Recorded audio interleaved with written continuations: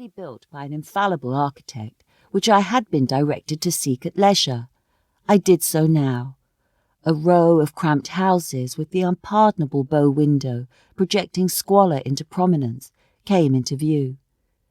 Robbing these even of light, the portentous walls stood a silent curse before them.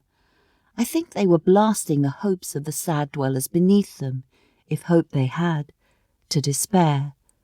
Through spattered pane faces of diseased and dirty children leered into the street.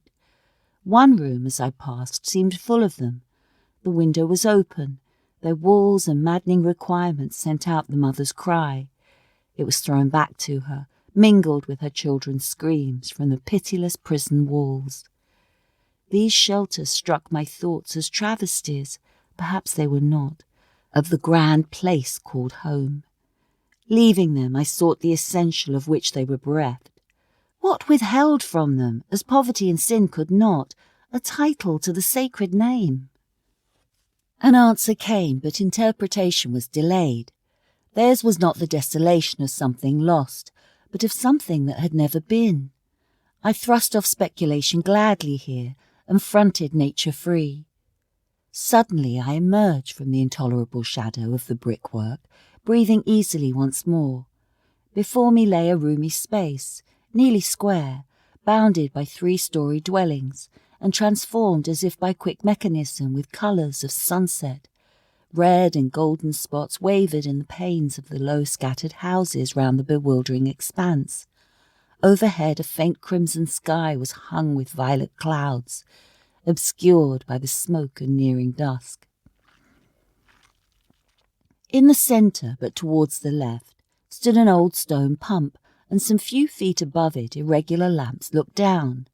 They were planted on a square of paving, railed in by broken iron fences, whose paint, now discoloured, had once been white. Narrow streets cut in 5 directions from the open roadway. Their lines of light sank dimly into distance, mocking the stars' entrance into the fading sky. Everything was transfigured in the illuminated twilight.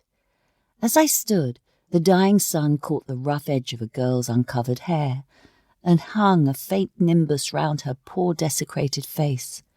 The soft circle, as she glanced towards me, lent it the semblance of one of those mystically pictured faces of some medieval saint. A stillness stole on, and about the square dim figures hurried along, leaving me stationary in existence. I was thinking fancifully, when my medieval saint demanded who I was a-shoving of, and dismissed me, not unkindly, on my way. Hawkers in a neighbouring alley were calling, and the monotonous ting-ting of the muffin bell made an audible background to the picture. I left it, and then the glamour was already passing. In a little while, darkness possessing it, the place would reassume its aspect of sordid gloom. There is a street not far from there, bearing a name that quickens life within one, by the vision it summons of a most peaceful country, where the broad roads are but pathways through green meadows, and your footstep keeps the time to a gentle music of pure streams. There the scent of roses, and the first pushing buds of spring, mark the seasons, and the birds call out faithfully the time and manner of the day. Here Easter is heralded by the advent in some squalid mart of air balls on Good Friday. Early summer and late may be known by observation of that unromantic yet authentic calendar in which alley tours, tip-cat, whip and peg-tops, hoops and suckers, in their courses mark the fight of time. Perhaps attracted by the incongruity, I took this way. In such a thoroughfare it is remarkable that satisfied as are its public with transient substitutes for literature, they require permanent types. The term is so far misused it may hardly be further outraged, of art.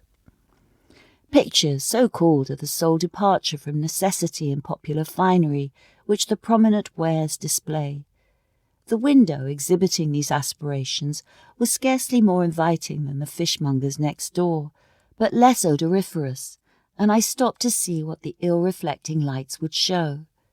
There was a typical selection. Prominently a large